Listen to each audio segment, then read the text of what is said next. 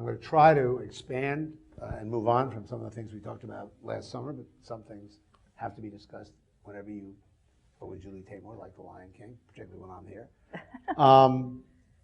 Just to give you a little background, Julie's from Massachusetts. Her mother is one of the famous liberals in Massachusetts. Her father's a gynecologist. Interesting things about Julie is early on, she knew that she was a creative person. She left to go to Sri Lanka at 15 years old, which I can't believe any parent, except for a very liberal mother, would allow. It's a different time. It was a different Well, you'd still be going. Later, she spent 4 years in Indonesia, MacArthur, genius scholar, Phi Beta Kappa, Oberlin, smart lady, talented lady. What you just saw just is the tip of the iceberg of what Julie has done. My relationship with Julie started when we were trying to figure out how to do Lion King for Broadway, and Julie's name came up because we did not want to do The Wizard of Oz. We did not want to have Burt Lahr type characters walking around. We did not want to copy what we had done, which was an absolute literal translation of Beauty and the Beast. And Julie, who already had in artistic circles a fantastic reputation for creativity, I was a little skeptical. How are we going to tell the story Julie Taymor way? And she comes in, and I still have in my office the maquette, and it's just awesome. She just says what she's going to do and did it. So Lion King is probably the most successful musical ever. I think it passed all musicals. It's, I think, seen in 64 countries. It's been seen, it's made about $7 billion. Not the movie, just the Broadway show. It's just an institution. And from the first, I'm going to let Julie speak, but I have to set it up so you understand how important she was to my career. From the very first moment, not that it wasn't worked on and improved at a time and all that, from the time, I have to assume everybody's seen it, from the moment those characters walk down the aisle, they're halfway down the aisle, and if you're sitting where you can't see them and you start hearing a buzz behind you like a coming earthquake, and all of a sudden they get up to you, and people, you know, within 30 seconds that this is just going to be the most unbelievable event ever. And it was. So I think to start off with, we should just spend a few minutes in how you look at a film, because you hadn't even seen the film when we asked you to participate, how you took a film that was very Disney-esque and kept the story and turned it into what it is that we now see all over the world. Right. Well, yes, I hadn't seen the animated film, the cartoon as we called it, and as soon as I did see it, because it was intriguing to me, the work that I had done, and maybe some of you have seen Juan Darien, which had been done at Music Theater Group and dealt with fables and animal stories, and I think because my background was in mythology and folklore, that many of the same territories that Disney has delved into were ones that I also had and was interested in, only my aesthetic was very different. That was the kind of putting us together, was the interesting collision. I watched the movie and saw a stampede and went, wow, that would be a ball. Let's figure out how do you put a stampede on stage, because the film is incredible. It's a great animated. It does things that you can't do in real movies, in naturalistic movies. Animation can do anything. So there were the challenges that I thought were really thrilling, and the thing that I said right away to Tom Schumacher and Michael was that this really, Tom is the producer I work with on a daily basis, this has to do what theater does that film can't do. That was the put out there in front of me. That's the goal, because we're not going to use an animated, we're not going to use a film of the sun for the sunrise, because yes, we can use projections, and I've used projections in theater, and a lot of people do, but in this case, I thought this has to be a visceral, physical, really three-dimensional experience, because the one thing theater does, which film doesn't, even 3D film doesn't, you have to wear those bloody glasses, was to take over the space and really make it that kind of experience. And one of the first meetings we had, what he was referring to, the maquette, it was the gazelle wheel, we call it. And I said to Michael, if you look at this maquette, you'll understand the entire concept, which is, here are wheels, like wagon wheels or bicycle wheels. And what is the main symbol and the main theme of The Lion King? It's very easy. It's the circle of life. It is in every single element about that, the circle of having to go home to resume your responsibility. If you're the wayward child that goes out, this story of Simba, you have to come home again. It's Mufasa's mask. It's the circle that's in. It's everywhere in the scenic design. It's everywhere in the concept, even in something like a puppet. So I created this maquette that had bicycle wheels, and then it had on spokes these miniature, about this big, gazelles. And as a dancer moves that wheelbarrow across the stage, the circles make the gazelles leap. And in traditional puppet theater, when we all grew up and saw Punch and Judy or whatever you might have seen, you would have hidden the wheels. You would have just shown the leaping gazelles. And I said to Michael, I said, look, this is to show, this whole point here is, it's not just the story and it's how you tell the story is as important as the story itself. That will be what the audience will take home with them. They'll enjoy. It's a beautiful story, and it is inspired by Shakespearean Hamlet, and it's inspired by African tales and all of that, and it's a classic coming-of-age story. But more than that is the experience of how it's told. So we'll show the strings, we'll show the rods, everybody will be a parent. And if you accept that, that's what's going to happen throughout. Whether it's masks on top of the heads, you will see the actors. And there were many reasons to do it, but this was the concept. And I had, and continue to have, the most extraordinary support for this production, because they got it and they supported it, fully supported. I've never had such a, well, I have on smaller levels with Theater for New Audience, but that kind of pure, joyous experience that was also experimental. It was experimental. We weren't absolutely sure everything was going to work, and we did do trials, but the desire to create a new form was not just mine. It was part of Michael's and the company. And when people say, well, how was it working with Disney? I always said to that, what do you mean Disney? He's dead. I didn't work with Disney. I worked with individuals. What Julie doesn't, well, she does now know a lot of this, but what she doesn't know is that before we had that meeting, which we had at Walt Disney World, which probably was antithetical to your every fiber in your body, but I said, I was walking to lunch, and somebody said to me, are you going to do Lion King? Because it was a very big movie for us and an important product. Are you going to do it for Broadway? And so I got to our staff lunch, and of course that was all that was on my mind. So I said, we ought to do Lion King for Broadway. And everybody was negative because of the idea of how do you bring these animals to life. And then Tom Schumacher, who Julie mentioned, and Peter Schneider also were negative because they hadn't thought of you. And so I said, okay, the company will go one way, I'm doing it myself. Mm-hmm. I'm a theater major, I've never been allowed to have any fun, I'm doing it myself, I'll find the people. And 4 hours later, Tom or Peter called and say, Julie Taymor, and they described Julie, and I knew of her work, not as well as they did, and I begged them over and over again, will she tell the story? Because this is going to be a theme, a little bit of this discussion, which is going from stage to theater and going from theater to movies. I mean, from theater to movies and going from movies to theater. And they're different mediums, and it takes a lot of thought. Endless discussion. A promised, oh, we talked to her 22 times. Yes. So as Julie is walking into the room, I look at Peter and Tom and I say, okay, we have a deal, right? So Julie walks in, she shows this thing, and we say, done.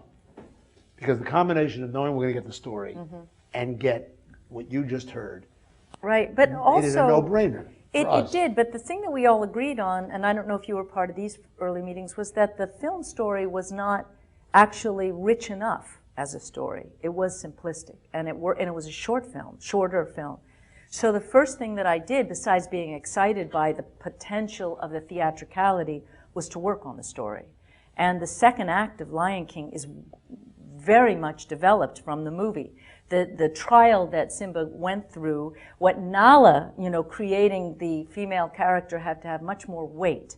All of those things were very important to me, and quite often people think that if you're a visual person, that you're not interested in text or story, and that's just not the truth at all. I mean, I think that what excites me into the imagery, that's why I do a lot of Shakespeare, is that the story has to be really good first. So the first thing we did, besides figuring out that there would be some of these devices, before that was actually working on the script.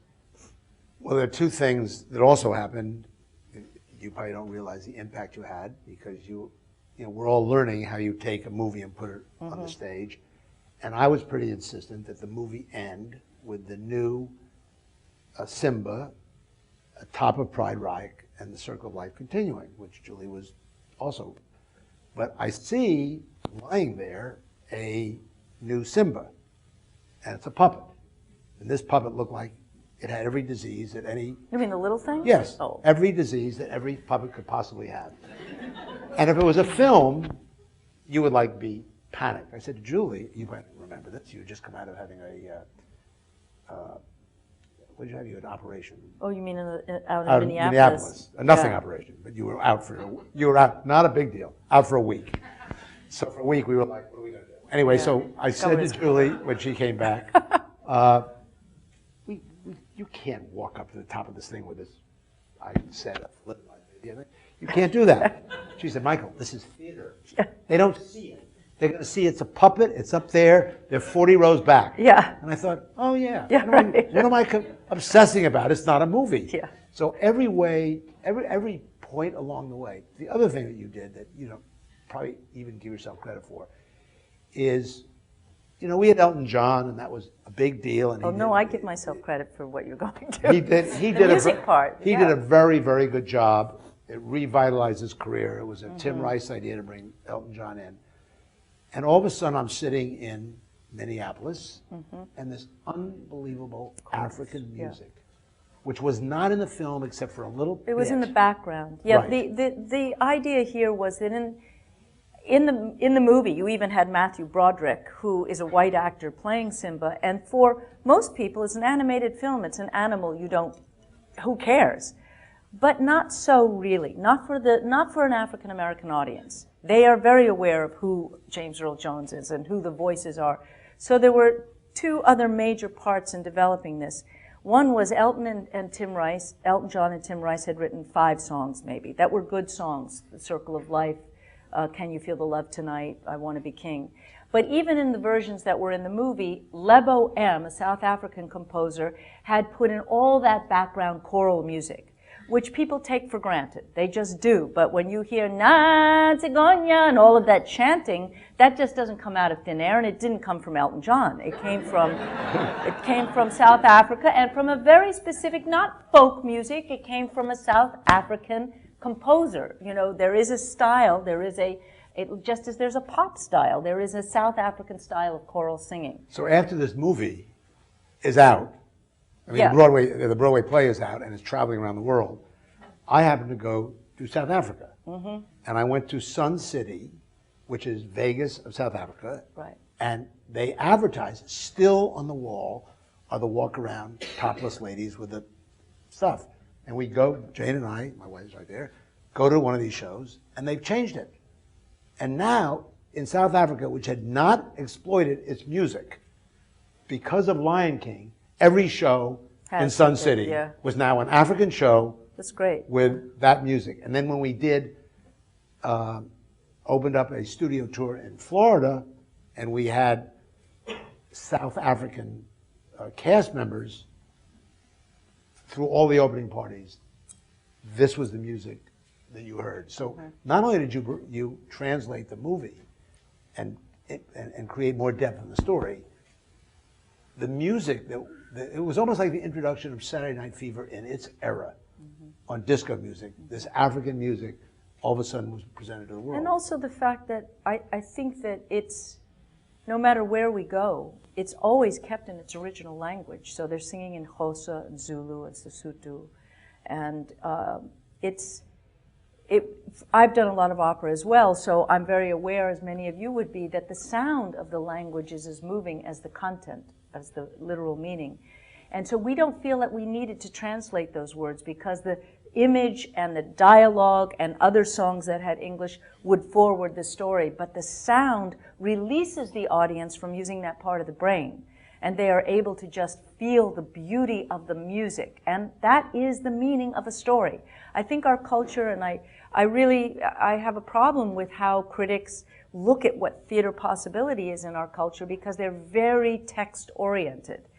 And they like this. You're the first woman No. ever to win by the way, ever to win a Tony, first woman director. Right. So they must have liked it doubly, right? Yeah, people liked it, but no, there are some, I won't name names, but there are some reviews that will call it spectacle. I would like to have the reviews on Lion King on any show I ever do the rest of my life. I know that. We got them, but what I'm driving at is that there is a weight towards the well-made written play, and think that the words of the human characters interacting is the storytelling. Whereas in France, the word for theater is spectacle. You know, for here, we think of spectacle as mindless entertainment. We do. I'm just telling you a general, and the reason that Lion King was successful and is successful is it's that joining. It's the joining where most of the moving parts, like the beginning. People go, oh, I cried in the beginning. Well, there's no story yet. So you can't tell me, you know, I watched my husband, you know, I hear this over, I watched my husband go into tears. Well, why? Why?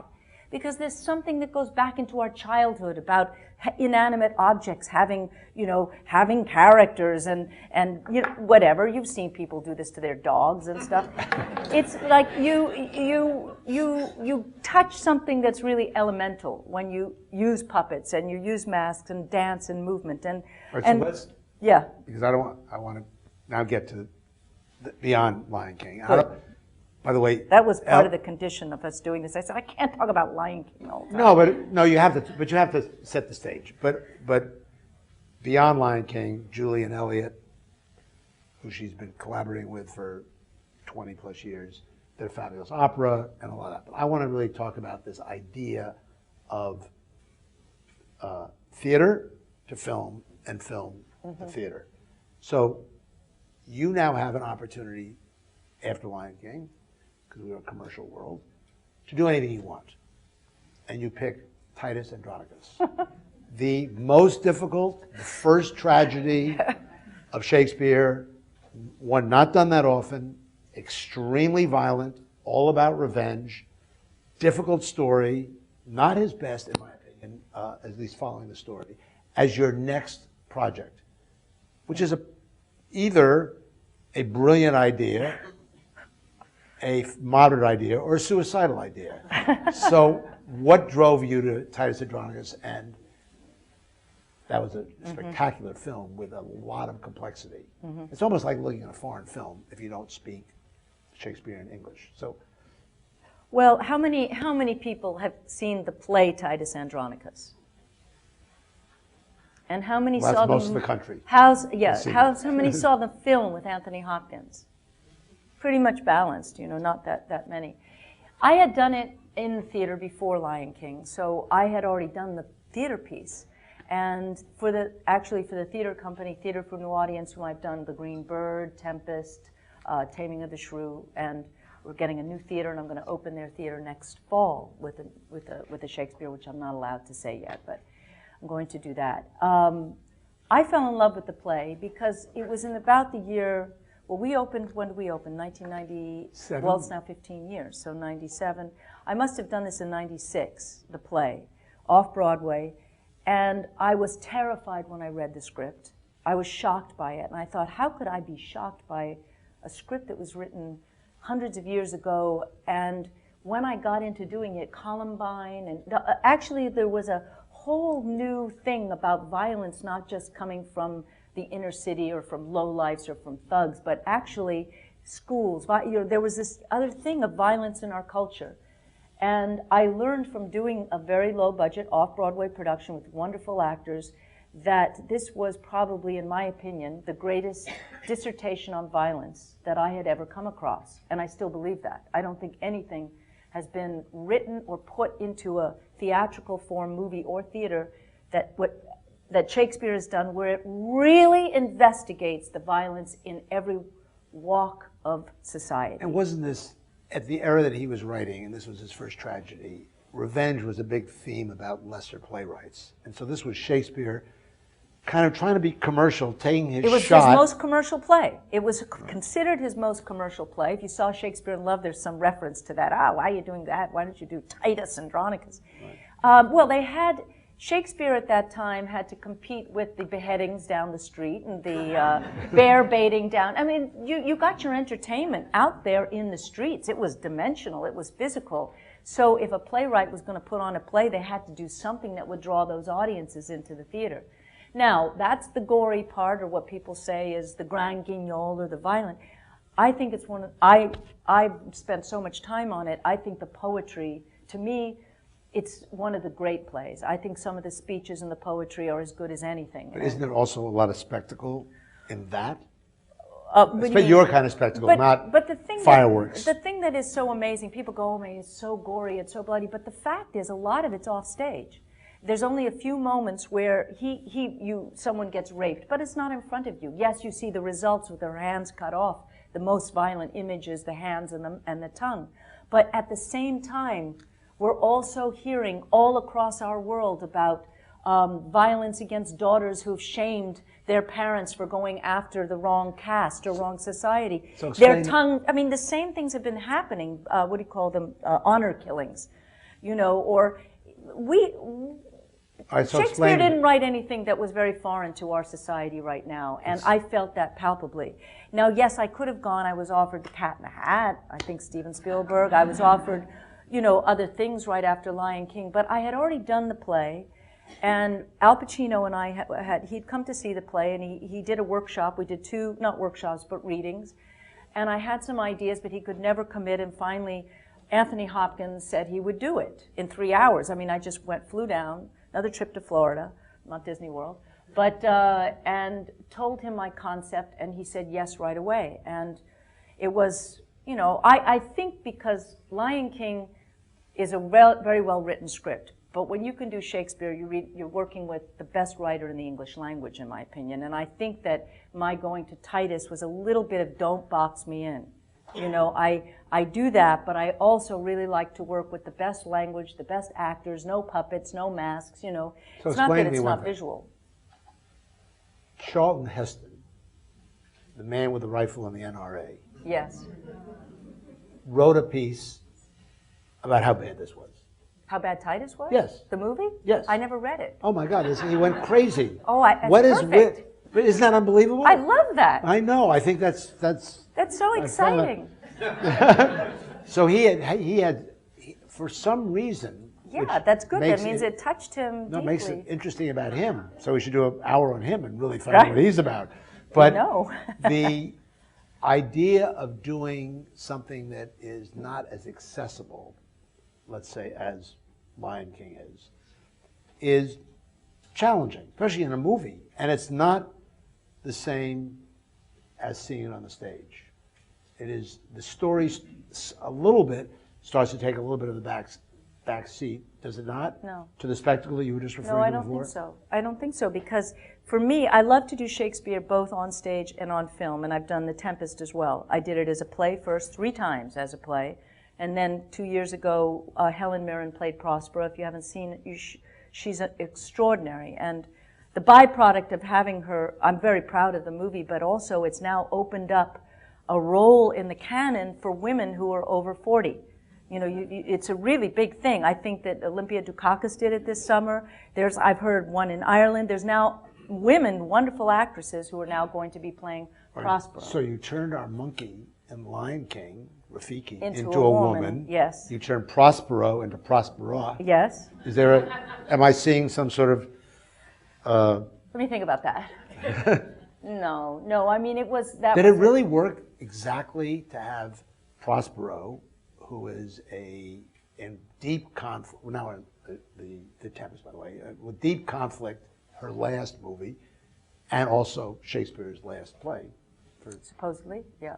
Well, Well, that as far as I Titus know. is one of the first. Tempest is his Right. last. Yeah. So you take Prospero, who has a masculine relationship with his daughter and sons, and now you... No, he has no sons. His daughter, excuse Right. me. And you now put a woman in that role with the exact same lines.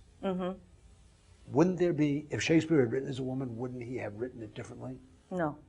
No? No, it doesn't. It doesn't. In fact, I've had many people say it works so much better with a woman. Let me give you also another interesting little tidbit, which is the biggest speech, Ye elves of hills, I think it's Hillsdale, standing lakes and groves, and when I have bedimmed the noontide sun, roaring war, that giant speech near the end when she, in this version, because I've done both, I like both. It's not one or the other, it's just different. That is completely lifted by Shakespeare from Medea. So he took a speech by a woman sorceress, and it's almost word for word exactly the same, which shocked me when I didn't know that till I'd already started doing research on the play. I mean, it seems to me that it changes the relationship between Prospera and Miranda, her daughter, and Ferdinand, the young prince who she's putting on trial. But it's a ferocious mother. It's like Taymor and Titus. She knows exactly how this young man can use her daughter, so she's very protective. It's not the testosterone male to the young suitor who's coming to take his daughter. It's a much more protective, ferocious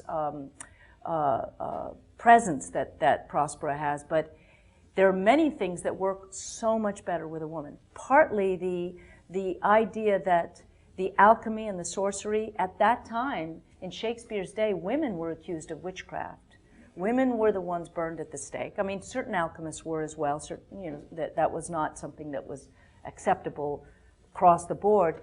But when you have it be a woman, and she in our version, she was the wife of the Duke, who was very liberal and allowed her to practice the healing arts. So she was both a white and black magic. She was an alchemist, she was studying, but that was illegal in that time. So in the original, let me go back, in the original Shakespeare version, it's one of the weakest things about it. It's very weak that the Duke, Prospero, says that he had all of his attention was in his library and his books, and he wasn't paying attention to his role as a duke. So his kingdom was usurped by his brother, but he wasn't paying attention. That's pretty weak, I would say. Whereas with Prospera, she becomes the duke because her husband dies, and in those days a woman could become the duke. We read it up. And her brother sees a great opportunity to have her accused of sorcery and witchcraft, and that's how he usurps her kingdom. Now this woman, Prospera, has this, she's got revenge, she's got anger, she is a scientist, and when she goes to this island, she ends up living with her daughter on this island, she harnesses the energy of the volcano. We shot in Hawaii on live volcanic property, or not all live, but it was there. She has this battle between sorcery that is dark and negative and the power and the good. And this is the human dilemma. How do we use the kind of power, whether it's nuclear, whatever it is a very major theme.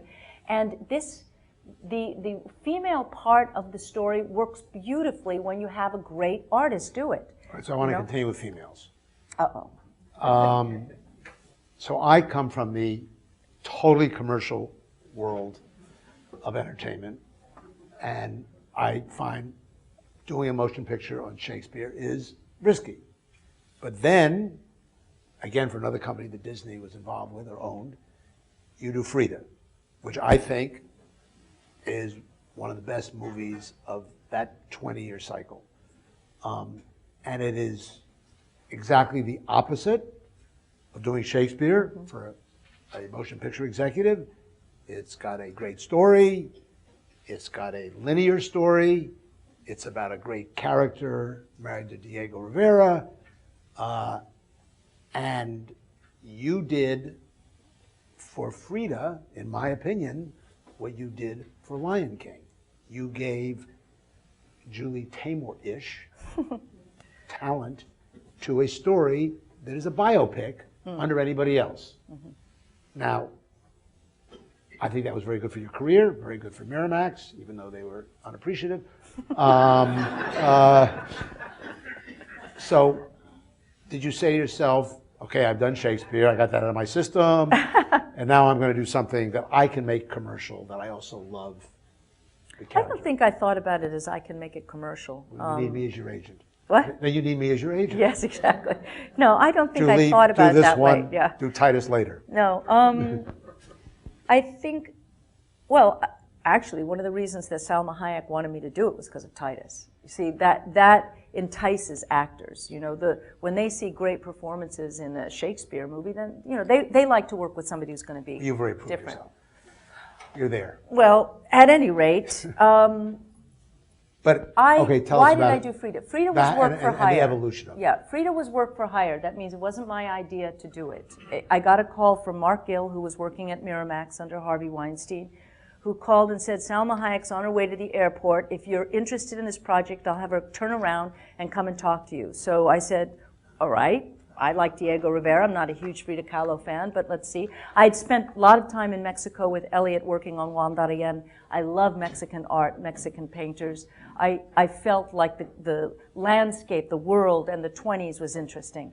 But Salma came to my apartment and sat down on a couch, and for 2 hours, well, I should have been a lesbian is all I can say, because the woman is so stunning, so intelligent, so funny, so full of life, and she'd been working on it for 8 years. So she had been trying to make this movie. It had many writers, many producers, and I listened to her describe it. I looked at her, and she has been on the road to make it since she was 14, really, because there's even in her being part Lebanese, part Mexican, there's a connection with Frida Kahlo.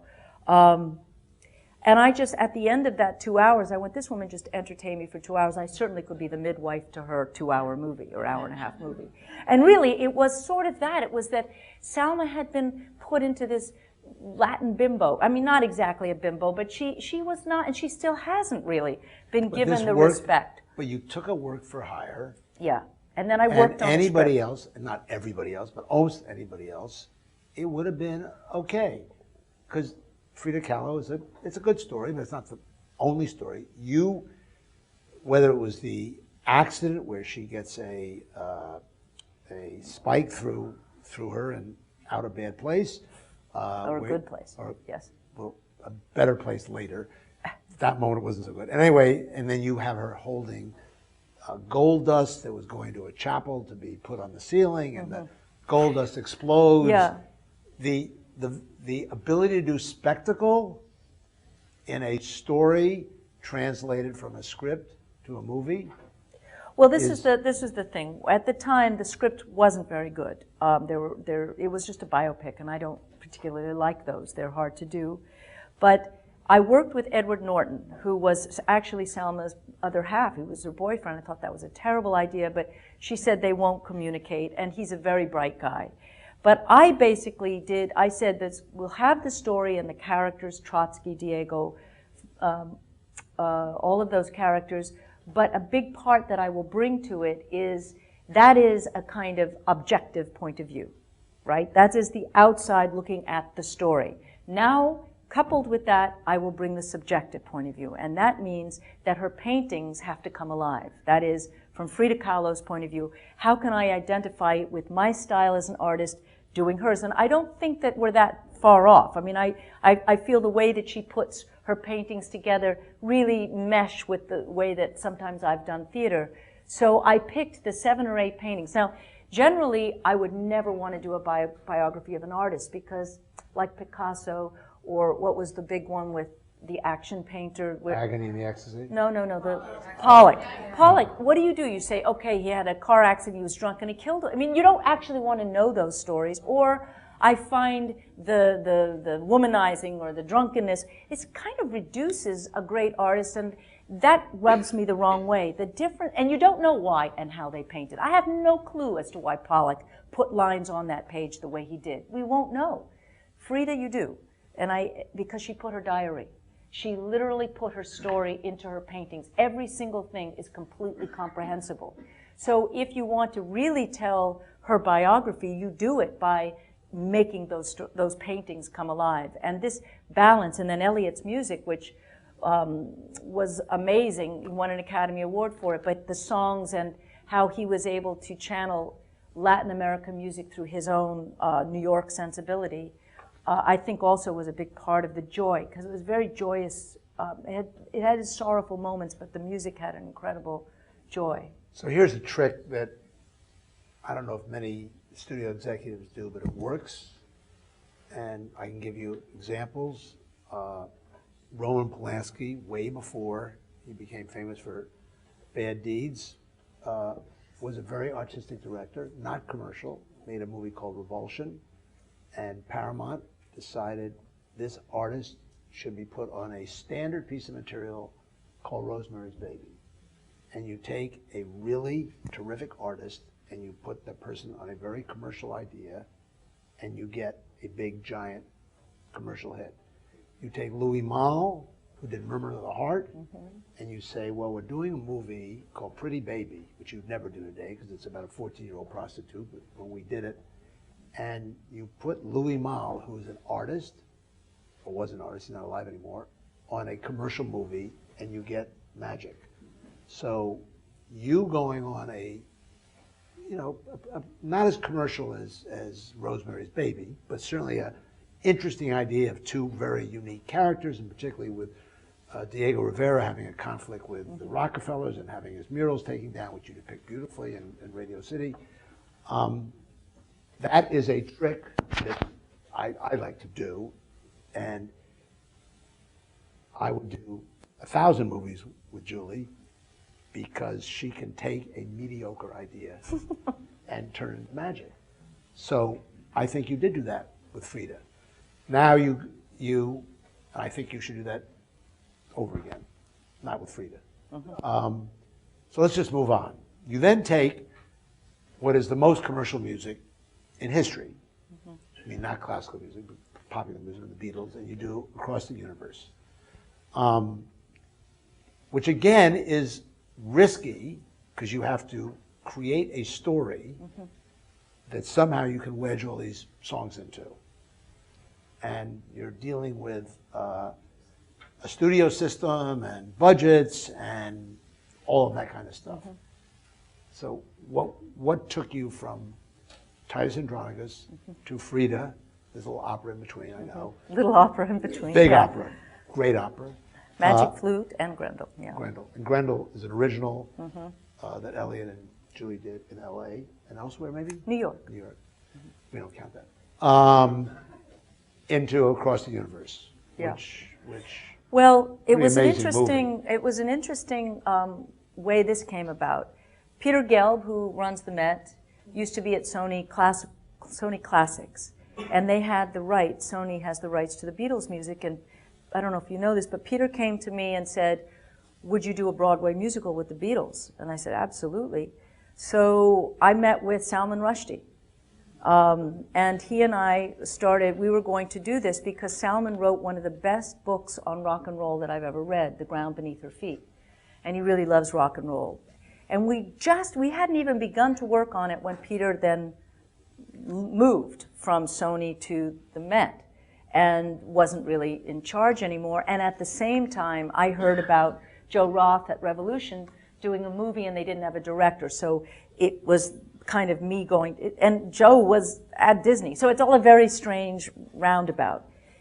I always am curious how many people have ever seen anything, but how many have seen Across the Universe? Okay, so not that, I mean, that's like 1/4 of this audience maybe, and you all were very much, this was your lives, guys. But a lot of young people have seen it, and that's a story why that happened, and it has to do with marketing and people's minds in movies about who they think the audience is. And I kind of like to make films and theater that does that, because I believe in it. I really do believe in it, that you can plug in. A friend of mine says, you can get off the elevator at any floor. That's the kind of theater that I'm interested in. I think Lion King does it, Shakespeare does it, Magic Flute does it. You know, 4-year-olds are going to the Met. yet it's in German, or you can't understand the English, even with the subtitles. You think they're reading the subtitles? No. So there is a way to create theater and film that can actually reach a wider, what do you call it? Wider demographic. That's their word. There were writers on it, Dick Clements and Ian Frenay, and they had an idea that was called All You Need Is Love. And this may sound really nasty or whatever, but I said, over my dead body, I won't do a movie called All You Need Is Love, because I don't believe it. I mean, I think there's a lot of other things. But I do think you can earn that song at the end of the movie. But you have to earn it. You have to get to a point where people have gone through this incredible life and dilemma and passions and war and all of this, and then you can sing All You Need Is Love, because it's got the history behind it. So I got together with the writers, and they had just the three white characters, and I listened to, there are 200 Beatles songs, and they had picked 10 or so that some of them I liked, some of them I thought, I don't know how you're going to weave that into a story. So I went at the idea of this musical of the book, because I created the story with the writers. They did most of the dialogue. But the songs tell the story. We have 33 Beatles songs, and every single lyric forwards the story. It's just uncanny, and no other composers with pre-written catalog would work that way. How did you get Bono to sing a Beatles song? Well, Bono, songs. Yeah, I had met Bono because Elliot did the music for a Neil Jordan film that he wrote. No, he didn't write. He actually did the arrangement of That's Life, and Bono sang it. So I'd met him years before, and then we were starting on Spider-Man, and I asked him, I said, y'all have seen Bono, he's an actor. And I said, why don't you really act in the movie? And he was excited, so we had him play a cameo role, Dr. Roberts, the drug dealer. That was a big role. It was a good role. It was a nice little piece, but it's not. And you were doing that while you were doing Spider-Man? Well, Spider-Man started right after 9/11. Spider-Man was 8 years or 9 years in the making. So, yes, it was after we started Spider-Man. But Spider-Man went through all of these, stop, go with different producers, money falling in, falling out. So we all had prior commitments. All of us had other things that we were already scheduled to do, like Grendel, operas, and so. So you've done opera, Broadway, movies. Do you think that an artist should have a point of view for society, that there's a place for an artist? We do think so at the Aspen Institute, to express opinions. Well, because you've heard when we had the Aspen Institute this summer, is a big conversation between all the theater people about arts and education. I am I don't even know how to say it, big enough believer, humongous believer, that you must have arts in the public schools. I grew up with arts in the public schools, and I am absolutely the baby of grants. There is no way I would have gone to The Lion King without a New York State Foundation grant, without an NEA grant, without the grants that allowed me, or a Thomas Watson Fellowship, or a MacArthur Fellowship. I mean, these fellowships that go from those institutions allow artists to go out and experiment and go to Indonesia or go to Paris. And really, if you're not having to work on making everything commercial, then you will be able to find ways to create new work and break the envelope, or break whatever it is that you're supposed to break, and the ceiling, the whatever. And I feel that is absolutely critical. But simpler than grants is, it has to be in the schools, because it is, this emphasis on science and math, which is just the most popular thing to say, that's fine, but everybody does better in those things when they have the arts. By the way, the biggest export in the United States is culture. Is culture. Is culture. Is movies, television, absolutely. music. It's absolutely. And it's horrible when it's bad culture. It's better when it's good culture, and there's both. There is a balance of both. I will agree with you. All the emphasis, and I think there should be emphasis in science and math, but the entertainment culture earns more balance of trade for the U.S. than all the engineers who make all the airplanes. Yeah, but see, we always measure even The Lion King in 6 billion, 7 billion, but it's not that. I mean, yes, I'm happy I have a hit show, and so are you. We're all happy it makes money, and those are the things people like to read. But when I grew up, you didn't read the returns of Broadway, and you didn't read the returns of what films make. If film was either good or it wasn't good, and it wasn't good because it made $5 billion. It was good because it moved you, because it changed your life. And I hope I never stop feeling that about what I do, but that is why I do something. Lion King has been more satisfying because of how people have responded to it than the box office for me. Because when I hear that someone has, you know the story of the kid who's lost his sister, and then the parents come to the Lion King with the boy, and he sees the father talking about how he'll be there in the stars for his son, and how this child could understand that maybe his sister was still there in some way. I'm not telling it well, but what I mean is that when theater operates in its original form, it is the psychiatrist of our culture. It is the shamans were the first artists, and they took care of the society. And our culture is sick. It is a mess. You've got people who are coming to people to hear people speak about culture, and then you got a whole lot who just say, "Oh, did he look presidential?" I mean, really, did he look presidential? That really is a qualification for being the president, that he seemed presidential. I mean, what is that? We have destroyed what is our culture, which is to say, what are you really saying? And what do you really feel? And did this really touch you? And Well, by the way, it's not only the schools and the balance of trade and all that.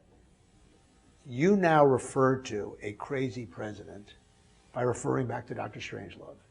So the education that a society gets and the cathartic relief from seeing entertainment, theater, whatever it is, commercial or not commercial, is important to a culture way beyond its momentary exasperation. And I remember a dinner that we were at right when Clinton was in his worst moment. And it was pretty funny because the artists in the room were pretty, well, that's fine. He's a busy guy, so what? And the people who support the artists were, oh my God, these people are nuts. Mm-hmm. So that was good. But if you made a theater, Shakespeare, or a movie 25 years later about a presidency, and that his stress, forget the way he exercised it, was somehow in the movie, people would understand more about stress. So I believe the culture is important on a financial basis. It's important on a, obviously, commercial basis. I mean, the same thing. And it's But see, let's go back then to, well, first of all, Frida.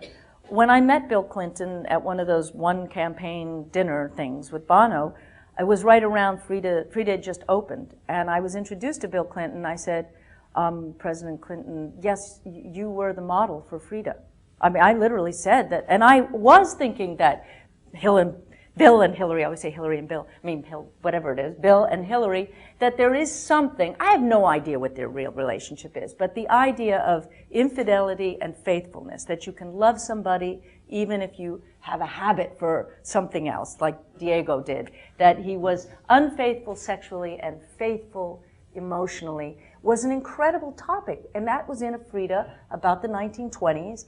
And yet, I knew that when we were doing it, it would have significance for us talking about our culture now. Oh, and then you came to the red line, which was, yes, but not with her sister. Yes, exactly. That was the line. That was the line, but not with the sister. No, it definitely, it's not that it's okay. It's just trying to comprehend that kings and leaders all over seem to have, a history of this. Right, let's open it up for questions, Okay. because we have 10 or 15 minutes for questions. There's a speaker being handed it. Julie, you mentioned that Frida was a story that Salma Hayek wanted to tell since she was 14. Do you have any stories like that of your own that you wanted to tell for a long, long time? Well, Across the Universe is very personal to me. That's probably, of all the things I've done, closest to when I was growing up in the 60s, watching my older brother and sister go through. My sister was a radical. My brother, Max and Lucy, are loosely based on that. And my parents were far better parents, but they went through the hell of the first LSD experience. They went through that, and they were trying to figure out what hit them. So there's much of Across the Universe that's definitely personal.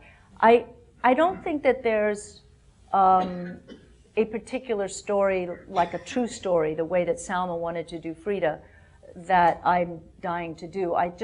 I can see in the things that I choose to do, I can see a through line in what attracts me. And often, except for Across the Universe was the first really American piece I've ever done, I'm very comfortable outside of my own culture. And I guess that's partly because I traveled a lot since I was really young. Even at 11 years old, my parents let me, I was living in the suburbs in Newton, and I used to take the MTA to Boston every day on my own at 11 years old to be with the kids from Dorchester and the projects and various Cambridge, other parts of Boston that were not upper middle class kids. It was mixed race, it was mixed class, and I think that was something that started very young, was being an outsider and looking at my culture from another perspective. So, you know, there's projects that are my babies that I haven't gotten to do, and they still exist, but they're not like Salma's from a young age. Right here. Hi, my name is Chris Gates, and thanks so much for doing this evening. I'm fascinated by leadership, and you guys are both powerful leaders who've accomplished a lot. Empowering, how have you each empowered the other within your spheres of specific talents, and how have you empowered your teams? Depends who you're dealing with. If you're dealing with somebody like the lady on my right, it's pretty easy. You create an environment that is positive. You have honest conversations.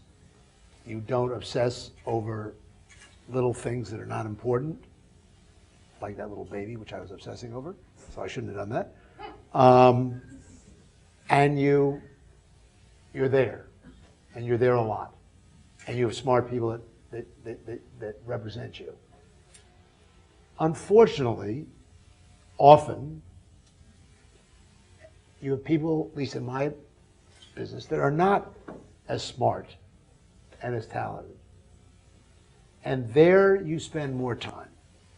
And you still try to get it done, but you spend more time. So in the areas that I've been involved with, whether they're executives, or whether they're talent, or whether they're actually baseball players, whoever they are, intelligence helps. And if they're intelligent, and if you're intelligent. And by the way, even in The Lion King, and I was not involved with Spider-Man, and I think if our company had been involved with Spider-Man, it would have been a very pleasant environment because the work was incredible. And if we'd been involved with some of the other things that we may have been able to be involved with. And on The Lion King, it was a lot of work. And Julie was totally, here's the irony. You read about whether it was a fight with Harvey Weinstein or whether it was a fight with this one or that one that Julie's had. We never had, and it was as complicated a show as anything ever put on Broadway. We never had a fight. Did we have discussions? Did I call up Julie once and say, you know, that dance number, that person covering her up, and Julie said to me, oh yeah, that one that looks like she's carrying a hunk of meat? I said, exactly. She said, yeah, I'm trying to fix that, but I got a choreographer who likes it. So let's figure out how to talk the choreographer into making it better. So it's like anything else in life. I think leadership is about communication, and it's about support, and it's about reasonableness. And my view about business, at the end of the day, you could write 1,000 books on it. It's all about common sense. It just is about common sense. If it doesn't smell right, it probably isn't right. And that's the way I operate. I don't know how Julie operates with her cast and all. You know, we haven't talked about Spider-Man at all, but we have talked about the good big commercial thing, which we've shared, The Lion King. And when I think about the few projects, like Across the Universe had trouble, Frida had trouble, not the pieces that you've seen are the pieces I wanted you to see. So the way I see that is you win and you lose. You know, I won the cut or whatever, I won, but then the team is not together, and the release and everything in movies is about how you promote a film and put it out. But the trouble is, it's not, I'll speak for her. She did this movie. Which one, Frida? No, Across the Universe. Right. And the company that did it thought it was too long. No, it wasn't that. Well, Let me tell the story, he went and tested it on his own without your but approval. it's not the length what he tested. This is what I want to tell you. Okay. What I think is the main thing when I have to work with a director is a general. It is she or he is, in that you've got a whole lot of people that you might have even hired. Mostly I hire the other collaborators with the approval of the producer, but you are working with them. But then you have the producer who has the money and who will ultimately decide how to promote and market, and therefore you want to be on the same page. And my experience 3 times has been we've started on the same page, we all said what we wanted to do, we were all going for the same aim, and that somewhere way down near the end, like really close to the end, when you even know what it is you have, it's a very odd thing. They smell the money. And what happens when they smell, it's not that it's a failure, it's quite the opposite with Across the Universe. It could be even more commercial if we make it like High School Musical. And we get rid of the politics, the black people, the gays, the surrealism, Bono's acting, whatever it might be. And that's the cut I saw. And it felt endlessly long and did terribly. But what happens is that there's an insecurity. It happened on Spider-Man. It's too artistic. It's too, when we went through that, the moment where we did the experiment, this is the classic thing that I give him credit for, although I think you said it. Did you say it? But we did 3 different versions of the masks in a workshop on Lion King, because we weren't, somebody, not Michael, but Ovitz and Roth, weren't convinced that this style could work. Where's the audience going to focus? Oh, they couldn't focus on a mask and a head and all of that. So I said, fine, we'll do a workshop. We'll try 5 different versions. Well, every version worked, because if you do it well, it will work. And as far as I remember, Michael said they all work, but your original concept is the one we should do because it works, and it's a big risk, but the bigger the risk, the bigger the payoff. And that, I firmly believe, has been, I think it's a great statement. I live by it, and I think that it is the only way that we create truly, truly original, long-lasting commercial works. Now, I'll give you the complete other side. Because there's the studio side and the producer side. I believe, because I've made this mistake more than once, that nobody is absolutely right. Everybody is still questioning themselves and forgetting a project that I was not involved with was those. Let's say I thought The Lion King was too long. I could be right, I could be wrong. But the way to find out is to let it happen.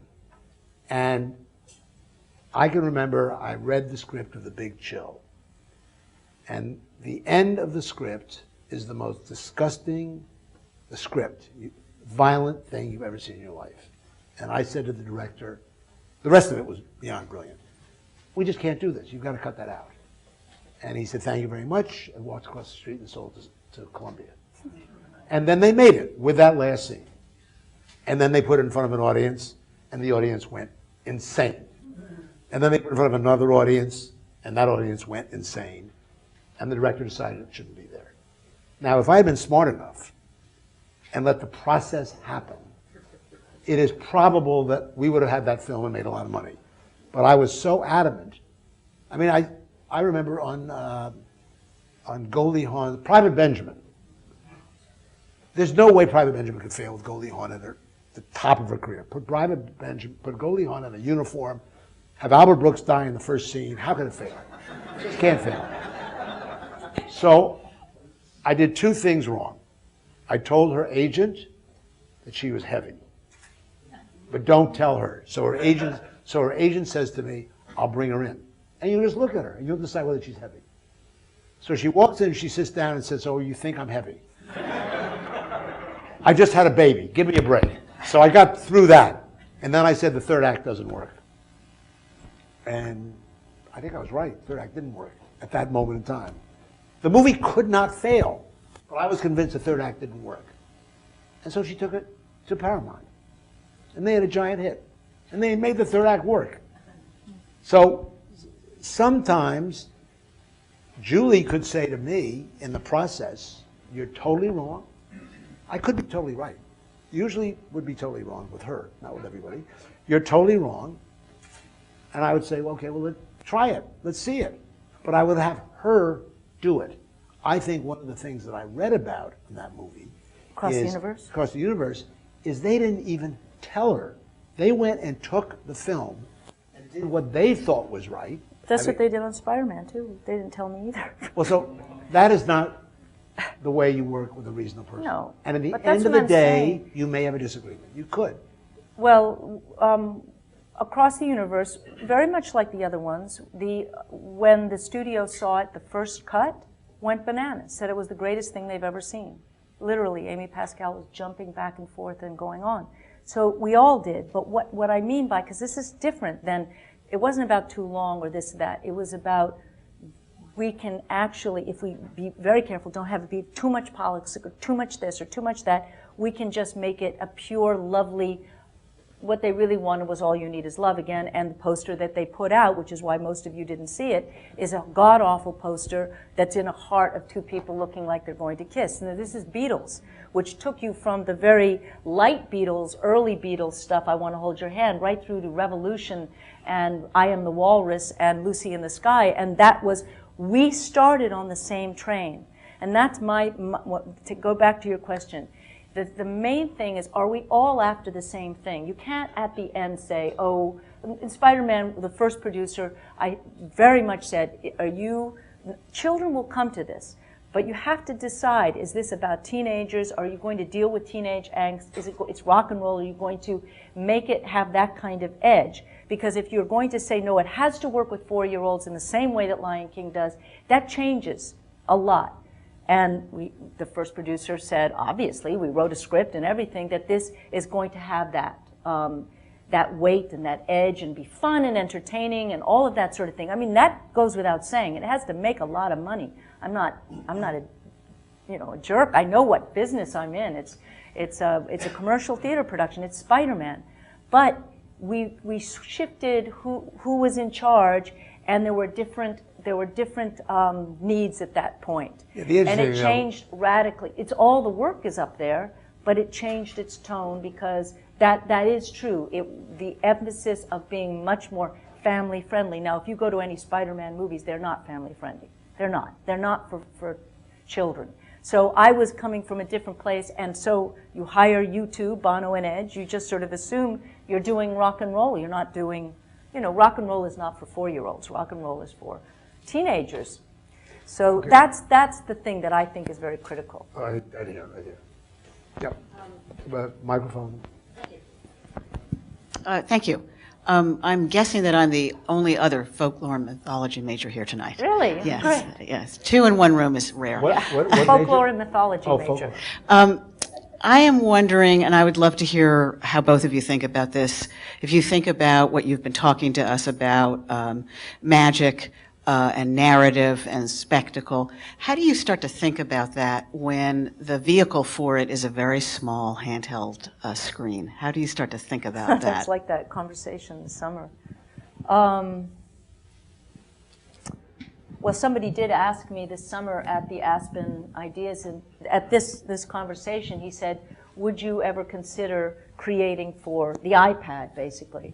And I think because so much of the Aspen Ideas Fest was about technology, and I had another conversation with the gentleman from MIT about technology, that I had a bit of a reaction and basically said, why do you want to do this and look down here when you can do that, Why are we obsessed with this? I find this a terrible, we're all going to be hunchbacks and our fingers are going to be, it's just awful when you want to say to kids, look out, look at the mountains, you're in Aspen, go look out, look and try and make that world. And that's why theater is still so attractive, because it is a space. It's got, it has, there's something, speaking of religion and folklore and all, there is the awe of being in this special space that's not just anywhere you go. I die. I went to the theater the other night, and there are these, I went to see Fuerza Bruta again, because Fuerza Bruta, which is closing soon, is not a story. There's nothing, it has politics, but not really. It's not very literal. It's a physical experience, and half the people are like this with their iPhones, recording it. And so I took out my iPhone, because I've seen it already, but I also did it. But I was trying to see, can I experience this at the same time? And you can't. You just can't. So I love movies. You know, I like making movies. I like the grandness of opera. I love all-scale theater. I mean, I like small theater, large theater. But I have not gotten to the excitement of designing or creating for that scale. Maybe. We've thought about this a lot at Disney, and a woman by the name of Faith Popcorn, if you can believe she has that name, wrote a book about Faith Popcorn. That's her name. And she wrote a book that's consistent with that name, shouldn't say that, called Cocooning. And the whole idea was that you're all going to sit in a room with your television and your home entertainment, and that's the rest of our life. And the Disney company had spent a considerable amount of money on things around the world, a spectacle, in the sense of fireworks shows and things. Mm-hmm. And my view is, first of all, you're not going to want to date with your parents in the other room. So there's really a big part of the audience that is going to leave the apartment or leave the house. Also, there is a difference between Aida at the Baths of Caracalla in Rome and, you know, a movie of Shakespeare or it on a small stage. I think the iPhone and the iPad is fantastic. Me too. And for many, many things. And it may even be fantastic for a certain kind of Frida that is a very one shot, two shot, one shot, just the story, and I am doing stuff for that world. But that doesn't negate the possibility of doing something that is gigantic. So yeah, I think like Frida, when you make a film, you have to decide what aspect ratio, and that was like, because her work was portraits, we went 1:8:5, which is the square one. But you do something like Across the Universe and Tempest, you're in 2:3:5, that's much wider, it's widescreen. Those don't work this small. Frida actually is fine on television and small. So you have to pick your projects. And I think, you know, portraits and biopics, and I like to watch documentaries on my iPad, and there are certain things that I think television is shot that way, right? Television is made. We made a project called The Booth at the End.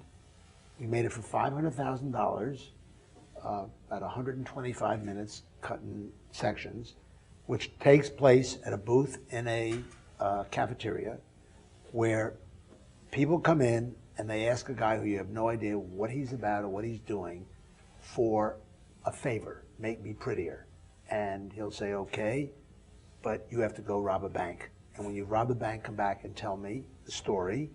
And so the whole thing revolves around all these people that are asking for these kind of favors. And the whole thing takes place like right here. And it works perfectly on the iPad. So you can do both. Last two questions. Right. You're getting it. Just as a follow-up to what you were just talking about with smaller screens, the idea of transmedia and taking narrative through, I'm hearing that a lot more. I agree with your perspective and your point about certain media needs to be on larger screen and more, brighter. But I hear like Star Wars, how they're just moving that through novelization into the iPhones, you're following episodically on smaller screens. What do you think about that as part of the work you do? Well, I haven't done that. I mean, I think it's all right if you have the balance in your life. I think everything is about balance. And if kids are just going to spend their whole lives stuck to an iPhone watching Star Wars, which, the point of all of that is to make money, really. It's not to make a better human being for the kid, make the child into a better human being. So, if you're on a 5-hour car trip, and you can put some Clone Wars made for that on, and they shut up in the back of the car. Yes, but see, I don't agree with you. I don't agree at all. I did those car trips with my family when I was 11 and whatever, cross country, and we made up games, and we went and we saw things. And I think sticking that pacifier to these kids, aren't you shocked when you go to a restaurant and kids are there and they're not listening to the adults and they're not participating? I find that horrible. Well, my children, who will have children, absolutely have your point of view for about the first 6 months. Right.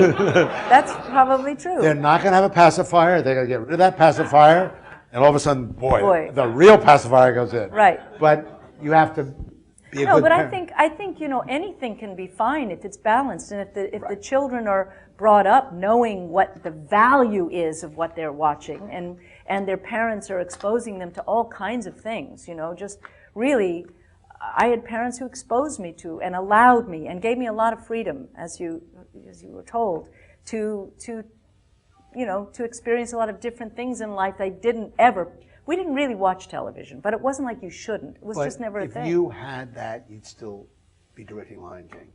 I don't think the fact that you would have had a video pacifier would have gated your interest in going to Bali or wherever you've been. I don't know if that's true at all. I don't really know if I agree with you on that, because I haven't met people who are my age. I've met a number of people my age who did a lot of very freewheeling traveling in the 70s and 80s. But I see many more kids who are fearful. Parents and kids who are fearful and who aren't going out and taking those kinds of chances. I think it is a different world, but I think it's also how you prepare yourself to just do it. I mean, I think you can still do those things. Last question, right there.